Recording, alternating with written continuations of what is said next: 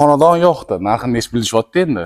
Qara, egalari bilan gaplashdim. 107 ming so'rab o'tirishibdi. Men keskin tushirib yubordim. 97 ming so'm narxlab Gap qo'ydim. bo'lishi mumkin emas. Mana shu xonadonimizni 97 ming dollarga sotuvga chiqyapti. Havosi juda toza joy joylashgan. Asosiy darvoza kirishimizda bitta mashina sig'adi. Bu taraf letniy oshxonamiz, bu tarafimizda letniy hojatxonasi, ikki tarafimizda ko'pdan yashil hudud qilingan yerto'la tushishimiz, bino kirishimiz bo'ladi. Binoni kirib sizlarni birgalikda ko'ramizda ketdik. Asosiy binoga kirganimizda eshigimiz bor, uzun koridorimizni, o'ng tarafda birinchi qavatdagi xonamizni, o'zini oshxonasi bor. Oshxonasi ko'rasizlar, rasmiylar katta qoldirilgan.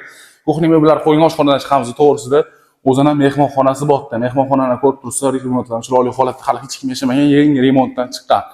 Hop, o'ng tarafimizda o'zini yuvinish xonasi, yuvinish xonaning qo'lasi barcha aksessuarlar qo'yilgan. Yuvinish xonasidan chiqamiz, bu tarafimizda yotoqxona qilib foydalansanglar bo'ladi.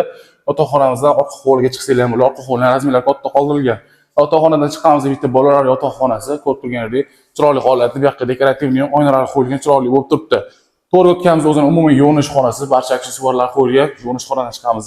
Yana bitta yotoqxona qilib foydalansanglar bo'ladi. Xonadonimizni ko'rdinglar, yoqqan bo'lsa bitta like bosib qo'yasizlar. Aytib o'tganim umumiy yer maydoni 4 sotixdan iborat. Lokatsiyamiz Yangi O'zbekiston bog'idan taxminan 14-15 kilometr o'tganda parkentga kelganmiz.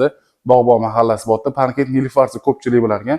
Pastda egalar nomerasi qoldiramiz. Bemalol aloqaga chiqib savdo barakasini singlar bo'ladi. Narxini 97 ming dollar baholashyapti. Mana bu yerda yer to'lg'ichlar bitta oshxonamizdan yer to'lasi qilingan.